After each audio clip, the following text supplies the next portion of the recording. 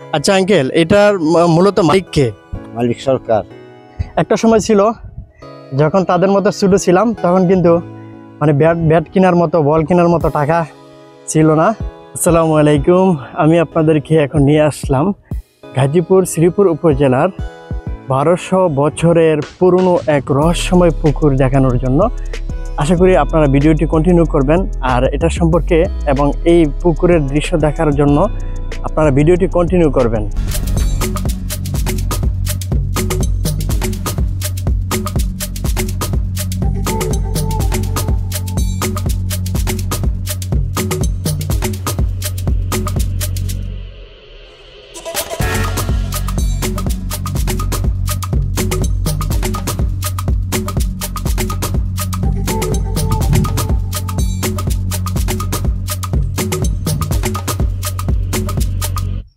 এতক্ষণ আমি আপনাদেরকে ঘুরে ঘুরে পুকুরটা দেখালাম, আর এটা হচ্ছে সেই পুকুর পাড়ের ঐতিহ্যবাহী ঈদগাহ মাঠ।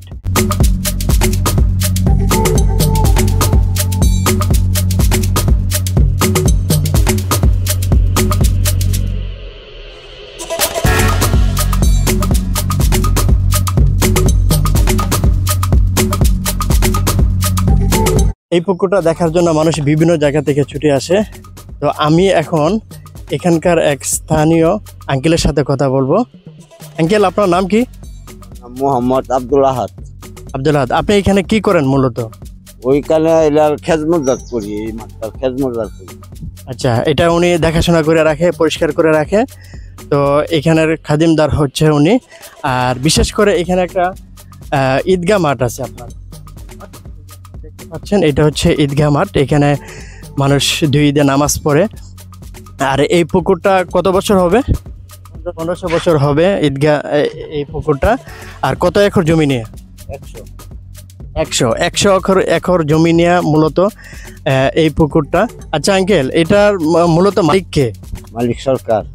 সরকার। এটা সরকারিভাবে কোনো কারো ব্যক্তির অধীনে না। এই পুকুরে নামতে গেলে বা গোসল করতে গেলে কোনো বাধা আছে কি? না না না, কোনো বাধা নাই।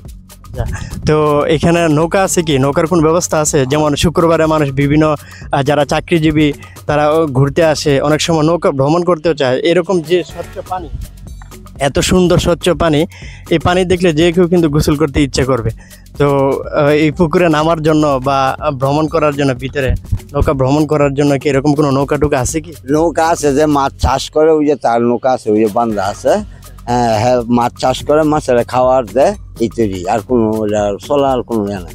আচ্ছা, মানে তার মানে আমাদের মতো যারা দূর থেকে আসে এটা দেখার জন্য, তারা পুকুরে ওইরকম ভাবে ভ্রমণ করার মতো কোনো নৌকা নাই? না না, ভ্রমণ করার নৌকা নাই। এমনি মনে করুন, যদি কেউ মনে চা, তা ওই মালিকটা করলে ওই যে নৌকার তার দেবো করতে, অসুবিধা নেই।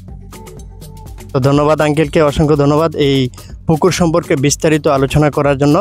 এই অবদা দিঘির পারে শুধু দিঘি নয়, ঈদগাহ মাঠ নয়, পাশাপাশি রয়েছে বিশাল বড় এক তেঁতুল গাছ, যেটার বয়স কিনা এখনো পর্যন্ত কেউ বলতে পারেন।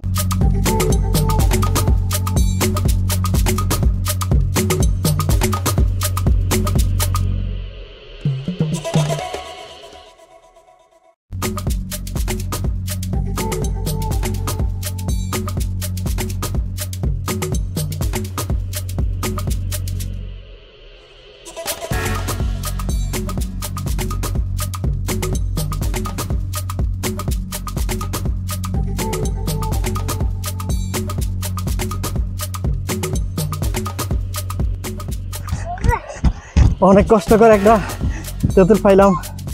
এই যে তেঁতুল পাইছি, অনেক বড় একটা গাছ তেঁতুলের, অবদা দিঘির পারে বিশাল বড় এক তেঁতুল গাছ। আমি এখন এই তেঁতুলটা খাবো। অনেক টক। কেমন? টক না? টক না? টক। দেখেন, এখানে ঘুরতে আসছি, সব কিছুই দেখতে পাচ্ছি, সবকিছু উপভোগ করতে পারতেছি। এই যে ব্যাট, এখন আমরা ক্রিকেট খেলবো, ঠিক আছে? হ্যালো গাইস, আমরা এখন ক্রিকেট খেলবো। আসলে একটা সময় ছিল যখন তাদের মতো ছোট ছিলাম, তখন কিন্তু মানে ব্যাট কেনার মতো, বল কেনার মতো টাকা ছিল না। দিয়ে 4-5 জন 10 জন মিলে একটা বল কিনতাম, একটা ব্যাট কিনতাম। ব্যাট ভেঙে গেলে সেটারে কষ্টিপ মেরে আটা দিয়ে জোড়া লাগিয়ে তারপর খেলাধুলা করতাম। কিন্তু এখন চাকরি করি, টাকা আছে, কিন্তু শৈশবের মতো যে আনন্দটা, আগ্রহটা, এটা কিন্তু এখন আর নেই।